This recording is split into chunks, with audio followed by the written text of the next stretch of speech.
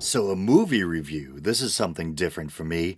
And some fair warning if you're a fellow atheist who came here expecting me to rip apart this movie just because it's religious, you may be disappointed. And if you're a Christian who came here looking to get upset at an atheist for unfairly trashing a Christian movie, you may also be disappointed. Surprisingly, even though I'm a non believer, I actually do really like some religious movies. Two of my favorites are the old Franco Zeffirelli miniseries Jesus of Nazareth, and on the other end of the Jesus movie spectrum, the infamous and controversial Last Temptation of Christ.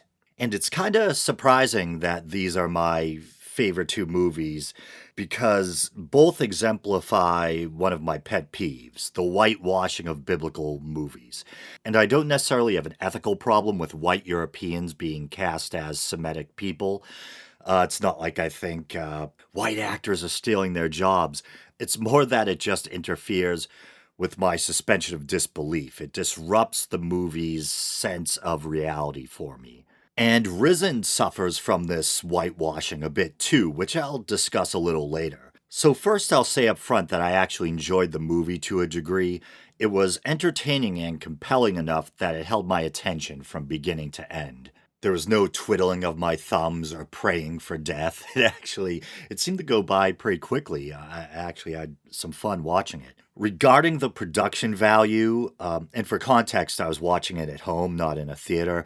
I felt like, despite the fact that it was released by Columbia and had a $20 million budget, it almost had a made for TV feel to it, maybe on par with the Bible miniseries, which isn't necessarily a bad thing. I just personally felt that it didn't have that big, polished Hollywood feel to it. So, the basic premise of the movie is, and tune out now if you don't like spoilers, that a Roman tribune played by Joseph Fiennes, Ray Fiennes' brother, who you may remember from Shakespeare and Love, and he also played Merlin in the short lived TV series Camelot, which I used to enjoy watching, is charged with finding the body of Jesus, played by Cliff Curtis. Well, Cliff Curtis doesn't just play Jesus' body, he plays Jesus, who you may know from Fear the Walking Dead. I'll refrain from engaging in any cheap zombie jokes.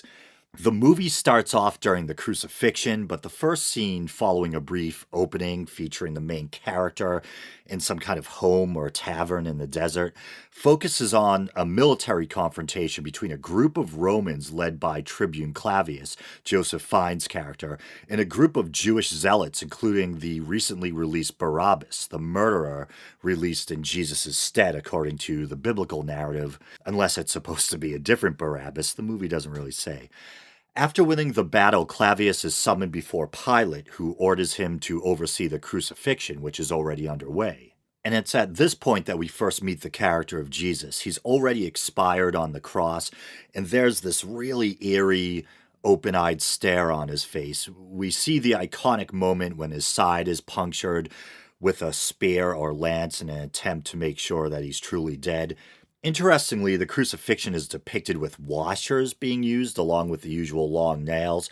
I'm not sure if I've ever seen that before. I know there's a lot of ongoing scholarly debate regarding the nature of crucifixion. And I should add that around the same time, we get our first miracle of the film. I believe when Clavius is getting ready to depart for the crucifixion, that an earthquake coinciding with Christ's death takes place.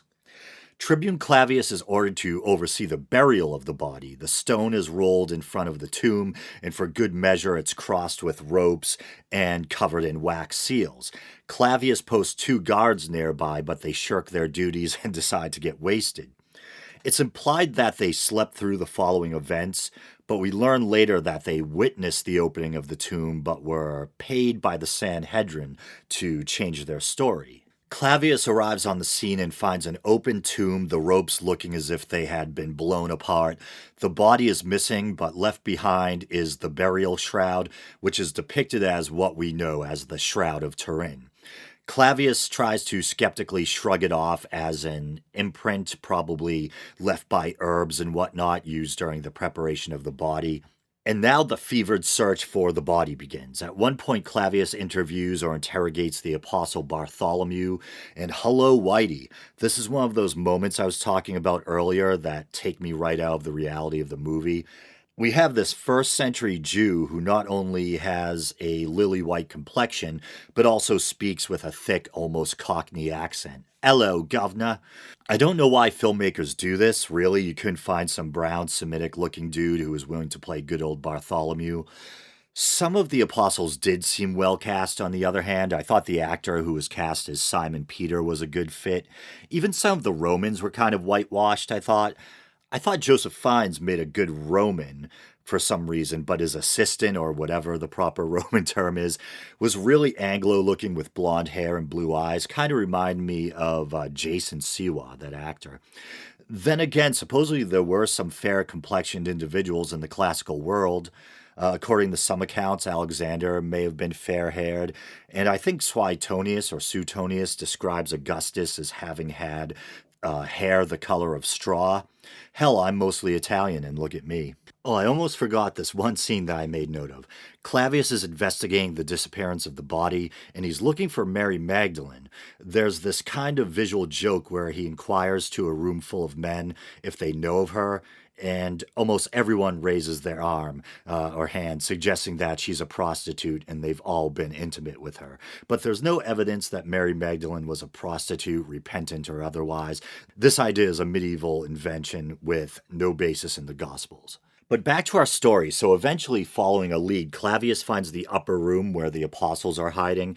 He makes to enter the room, but is frozen with surprise when he sees Jesus, who he saw dead on the cross, sitting with his apostles with a welcoming smile on his face. Clavius tries not to draw attention to what he's discovered and orders his men to stand down. He sits in the room watching Jesus interact with his apostles, looking in awe as Jesus shows his wounds. And I should say I did like Cliff Curtis as Jesus. He's not Semitic, he's actually Maori, I believe, but his look makes for a convincing first century Jew. I found it a bit odd for some reason that Jesus' wounds were so shallow. They were basically just reddish marks on the surface of the skin, mutant healing factor, I guess. I'm kind of used to the deep wounds that we usually see in art and in cinema. Plus, in the Gospels, doesn't Thomas put his hand in the wound? At this point in the movie, things really shift for the main character. Clavius goes from being a prestigious tribune to a fugitive on the run. Confused and moved by all he's seen, he decides to leave his command and follow the apostles as they set out to meet with Jesus once again. And I should mention that I like how they chose to use the Hebrew name Yeshua instead of Jesus in the movie, added a little pinch of authenticity. So Clavius, still not fully convinced or trusting of the apostles yet, follows them at a distance, and at one point accidentally slices Simon Peter's leg open with his sword, mistaking him for an assailant. Eventually, Clavius becomes one of the gang, and they even all go fishing together. They meet up with Jesus, Yeshua again. I believe their meeting place is by the Sea of Galilee, where the apostles were originally recruited, I think. Clavius witnesses yet another miracle when Jesus heals a leper. After spending time with the apostles and even sharing words with Clavius, Jesus bids his followers to make disciples of all men, and with a Dragon Ball Z-esque blast of energy ascends back to heaven. Clavius and Peter share some final words. Peter invites the former tribune to become one of them and help spread the gospel, but good-naturedly, still struggling to reconcile all he's witnessed, Clavius more or less declines and sets off on his own. The final scene takes place in the same small hovel or home or tavern, whatever it was, where it began, with Clavius removing his tribune's ring and leaving it behind. So a final word on Joseph Fiennes' performance. He's received some negative reviews, some saying that his performance was too stiff or stoic. I actually really liked his performance, and stoic, well, kind of makes sense for a Roman officer. So this has been my review of Risen. I hope it seems at least somewhat fair, especially given the fact that I'm a godless non-believer. I didn't think it was great, but it wasn't bad either. Not high praise, I know, but I enjoyed it well enough, and I don't feel like I wasted my time watching it. Remember, Hollywood, more Semites sans the Cockney accents. All right.